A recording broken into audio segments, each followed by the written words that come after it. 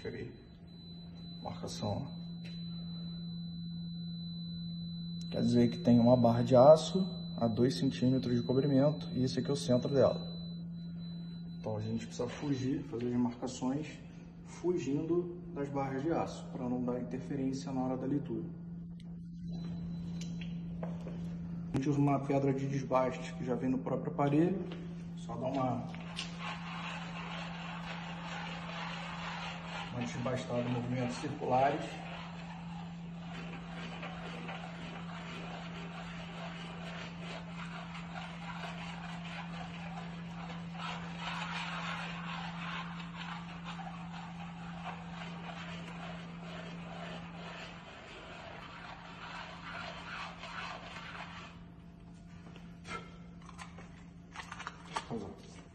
A gente usa o aparelho para dar os tiros onde a gente marcou e desbastou.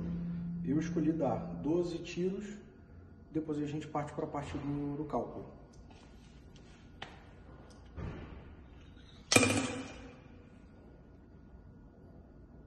Quarenta e dois.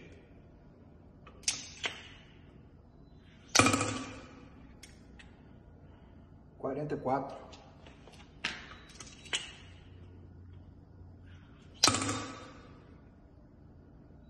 43.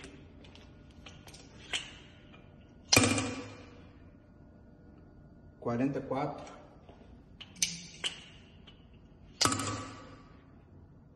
40. 40.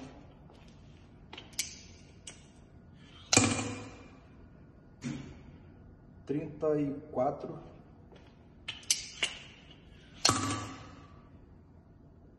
38. 42.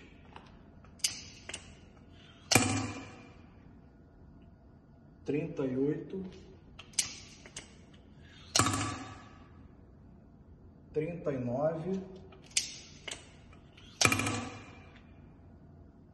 40.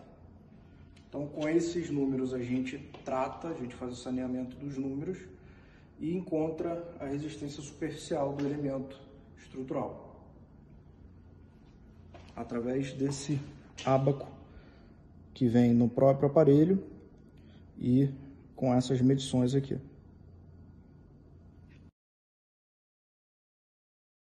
Do ensaio de dureza superficial por esclerômetro de reflexão, regido pela NBR 7584. Então, isso aqui basicamente foi o que a gente fez lá no campo. Foram os golpes que foram dados, né, no concreto, com o aparelho utilizado, né, com o esclerômetro. E aqui eu vou falar um pouco da norma, o que ela fala, o que é necessário para chegar ao resultado final, que é o que a gente almeja, né? Então, as ferramentas basicamente são aquelas que a gente viu lá no vídeo no local do ensaio, que é o disco, né, ou o prisma de carborundum, polimento manual da área do ensaio, o esclerômetro em si, e basicamente é isso, né? Quem quiser pode fazer um molde como esse aqui, com distanciamento mínimo de 3 centímetros entre cada impacto, e colocar lá na peça a ser ensaiada. Então, a primeira coisa a ser feita é preparar a peça por meio de polimento, com o prisma, né, que eu falei anteriormente, através de movimentos circulares, como foi feito na ocasião. Toda a poeira e pó deve ser removido a seco, porque a umidade atrapalha no resultado dos golpes. O que mais a gente pode falar em relação a isso é em relação aos impactos. Esse gabarito que está aí abaixo, vou até diminuir aqui para poder ver melhor. Esse gabarito, os impactos, a área de impacto deve ser uniforme e devem ser efetuados 16 impactos. Tá? Não é permitido mais de um impacto sobre o mesmo ponto, ou seja, se o impacto não foi bem efetuado, você deve escolher um outro ponto para fazer o impacto, para não alterar o resultado. Se isso ocorrer, né, a letra da norma diz que o segundo valor lido não pode ser considerado. Ainda sobre a letra da norma, os impactos devem ser uniformemente distribuídos na área de ensaio. Aconselha-se desenhar um reticulado e aplicar o esclerômetro nas áreas limitadas por ele.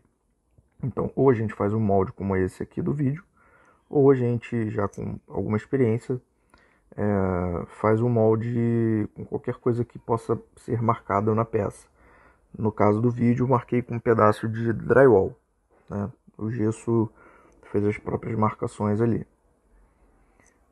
A norma diz para calcular a média aritmética dos 16 valores individuais, né, os valores dos impactos, que são os índices esclerométricos, que correspondem a uma única área de ensaio.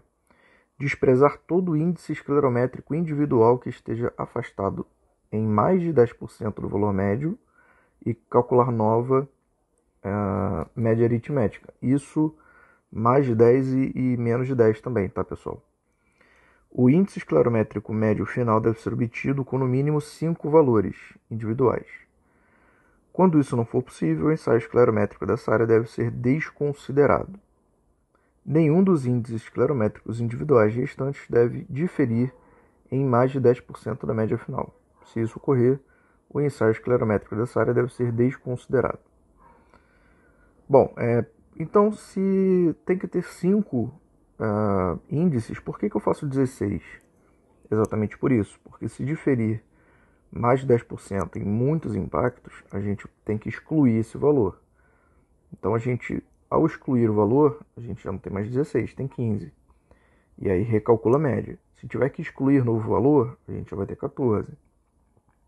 Se ao calcular a média a gente for excluindo valores e ultrapassar o valor mínimo estabelecido pela norma, o teste tem que ser refeito. Ok? É importante lembrar também que, como no vídeo prático, a gente precisa evitar o impacto sobre armaduras de aço, porque isso pode interferir no ensaio. Então eu vou pausar o vídeo aqui e vou escrever os valores que eu obtive lá no dia do ensaio, aqui mesmo nesses numerozinhos, e a gente vai aprender a calcular o índice esclerométrico para conseguir de fato saber qual é a resistência aproximada daquele elemento. Bom, pessoal, então essa foi um ensaio prático, né? Eu escolhi dar 12 tiros, poderia ter dado 16 tiros, como a norma preconiza, mas é uma escolha. Como eu falei anteriormente, a gente precisa ter 5 impactos no mínimo, então eu achei prudente e achei por bem fazer somente 12 impactos. Tá, e agora, qual é o próximo passo do cálculo? Né? Calcular a média aritmética. Né? O cálculo da média aritmética, a gente soma todos e divide pelo número de amostras. Então, a média que eu obtive foi aproximadamente, deixa eu escrever aqui, média foi aproximadamente 40,33. Então eu tenho que calcular agora a média acima de 10% e a média abaixo de 10%. Então eu vou colocar aqui, média superior, que foi 44,37, e a média inferior, que foi 36,30 aproximadamente. O que isso quer dizer? Números acima de 44,37 e abaixo de 36,30 precisam ser excluídos da amostra. E aí eu tenho que verificar aqui na minha amostragem, nessa amostragem aqui, se eu tenho algum número acima de 44,37 ou abaixo de 36,30. Eu já estou vendo aqui um número, que é esse número aqui. 34. O 34 está abaixo da média inferior. Então agora eu vou ter que refazer a média, excluindo esse número aqui, o 34. Excluindo o 34, a gente tem o que a gente chama de média saneada. Então aqui a gente tem a média saneada, que foi de aproximadamente 40,91. Isso aqui é o que a gente vai procurar no ábaco do aparelho. E esse ábaco do aparelho já é uma outra parte do cálculo que a gente precisa fazer.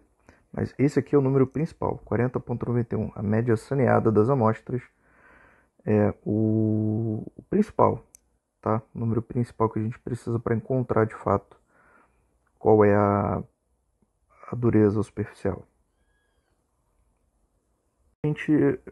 Basicamente é isso aqui que a gente vê na hora da leitura, tá? Quando a gente dá o tiro, essa mola ela reverbera, né, pela superfície do concreto e ela atinge uma determinada numeração, pode ser 10, pode ser 20, pode ser 30.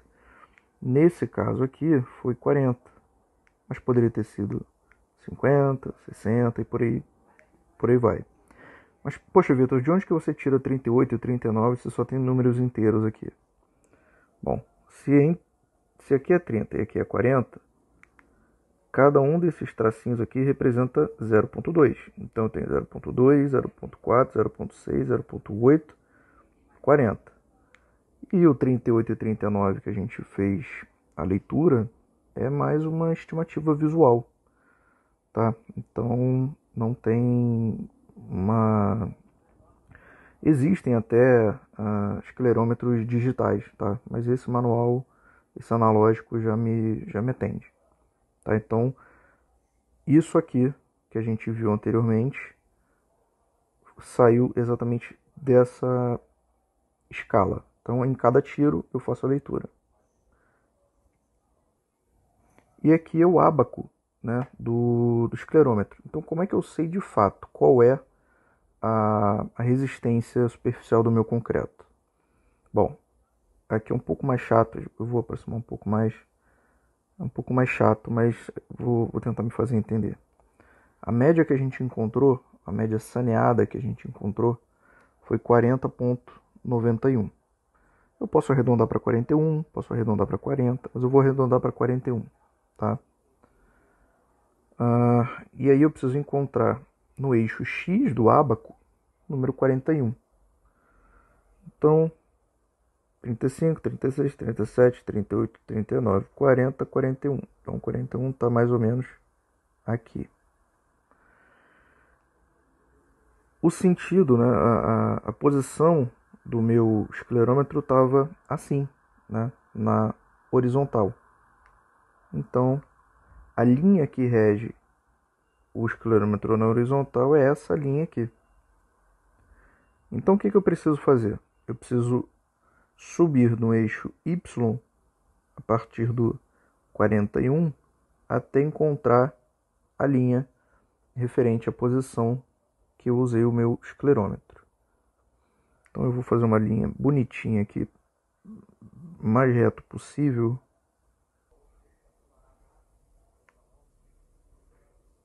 Aqui, perfeito. Então aqui ela toca o eixo X, né, do esclerômetro. Aqui ela vai tocar o eixo Y do esclerômetro. Então eu posso dizer com isso o quê? Que o meu concreto está entre 40 e 50 MPa. Aqui também é a cada 2, tá? Então aqui eu tenho 42, 44, 46, 48 e 50.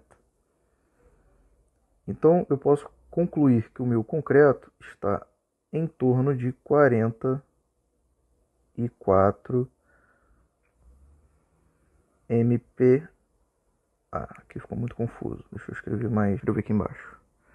O concreto tem uma resistência, ou seja, tem um FCK aproximado de 44 MPa.